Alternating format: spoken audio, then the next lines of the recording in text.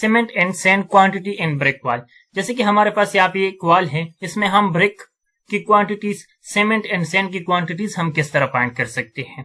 जैसे कि आप लोगों को पता होगा कि हमने one room complete quantity course start किया है।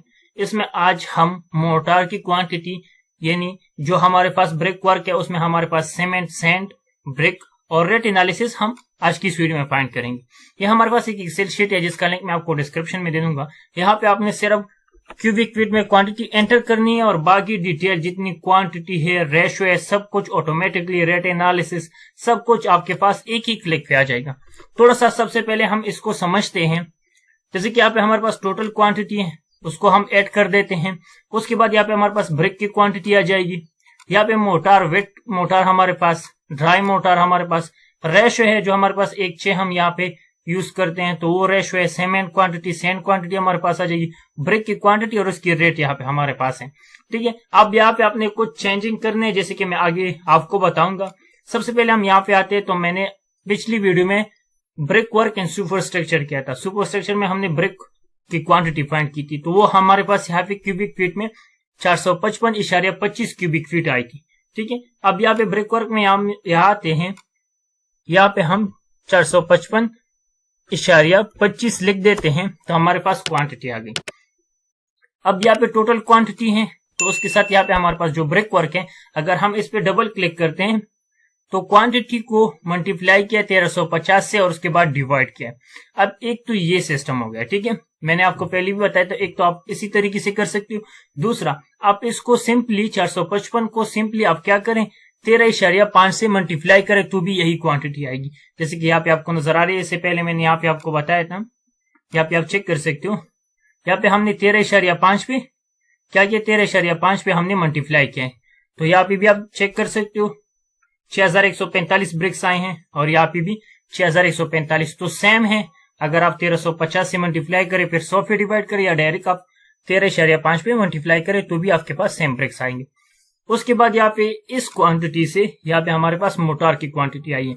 वो किस तरह, अब यहाँ पे आप क्लिक करें तो यहाँ पे क्या क्या है, टोटल क्वांटिटी ली है क्यूबिक फीट वाली, उसको 30 से मल्टीप्लाई किया एंड 100 पे फिर डिवाइड किया तो हमारे पास वेट मोटार क्वांटिटी आएगी। यानी जितना ये ब्रिक्स हैं, जो ब्रिक वर्क है, इसमें इतना हमारे पास सीमेंट और सैंड की क्वांटिटी टोटल इतनी है, सीमेंट की भी और सैंड की भी।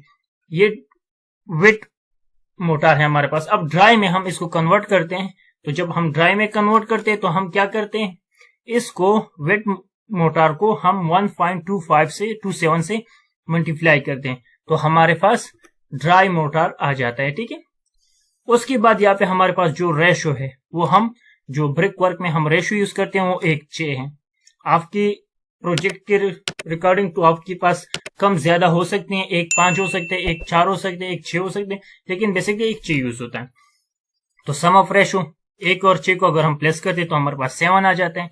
ठीक है, उसके बाद यहाँ पे हमारे पास जो क्वांटिटी है सीमेंट की उसको फाइंड किया है। हमारे पास जो है रेशो ऑफ सीमेंट उसको डिवाइड किया है सम ऑफ रेशो से और मल्टीप्लाई किया है ड्राई मोटार से, तो हमारे पास जो क्वांटिटी है वो टोटल क्वांटिटी हमारे पास यहाँ पे आ गई सीमेंट की क्वांटिटी। अब इस सीमेंट की क्वांटिटी को यहाँ पे हम बैग्स में कन्वर्ट करते हैं, तो बैग्स में हम 1.25 से इसको मल्टीप्लाई कर देते हैं तो हमारे पास ये क्वांटिटी बैग्स में आ गई है।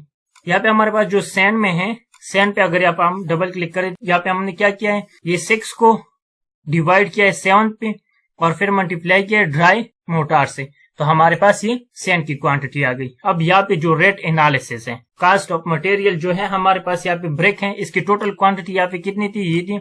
अब रेट यहाँ पे आपने डालना है 15। आपको तो पहले से अपने इलाके में पता होगा कि एक ब्रिक हमारे पास कितने रेट में आते हैं, तो उसकी रेट आपने डालनी है। जैसे कि आपके पास फॉर एग्जाम्पल 12 पे हो तो आप 12 लिख दें, जितनी भी रेट हो तो आप वो लिख दें। अब मैं यहाँ पे 15 लिख देता हूँ। जो सीमेंट की रेट है ऑलरेडी जो भी चल रहा है वो रेट आप लगा ले। यहाँ पे आपके पास जो सैंड है वो पहले भी मैंने आपको बताया था कि सैंड के रेट की एस्टिमेट आपने किस तरह करना है, इज इक्वल टू लेनी है। जो भी ट्रांसपोर्ट आपके पास अवेलेबल हो उसकी जो रेट है वो आपने लिखनी है। यहाँ पे हमारे पास 3000 है और उसको डिवाइड करना है ट्रांसपोर्ट में, जिस चीज में भी आप सैंड लेके आते हो उसकी रेट हमारे पास 3000 है। उसमें टोटल कितनी क्यूबिक फीट आपके पास सैंड आते हैं, तो हमारे पास 50 क्यूबिक फीट सैंड होता है और वो उसका रेट जो हमारे पास 3000 है, तो हम ये कर देते हैं, हमारे पास रेट एनालिसिस 60 आ जाता है। ठीक है, तो मैंने यहाँ पे 60 ले लिया है। अब ये इसके साथ मल्टीप्लाई हो तो टोटल रेट अमाउंट हमारे पास यहाँ पे आ गया। अब टोटल कास्ट हमारे पास ये है और पर क्यूबिक फीट कास्ट हमारे पास ये है। तो सिंपली आपने करना क्या है, सिर्फ ये रेट आपने चेंज करना है। अगर रेट चेंज हो जाए तो ये रेट आपने चेंज करना है। बाकी सिंपली आप यहाँ पे सिर्फ ना सिर्फ आपने यहाँ पे क्वांटिटी लिखनी है। फॉर एग्जाम्पल यहाँ पे मैं 100 लिख देता हूँ, आप इस तरह चेंज कर सकते हो। सिर्फ क्वांटिटी लिखनी है और ये रेट चेंज करना है, आपके पास ऑटोमेटिकली उसकी सारी कास्ट एस्टिमेट आ जाएगी। ठीक है, ये शीट एक्सेल शीट मैं आपको डिस्क्रिप्शन में इसका लिंक दे दूंगा, वहां से आप डाउनलोड कर सकते हो, आप यूज कर सकते हो।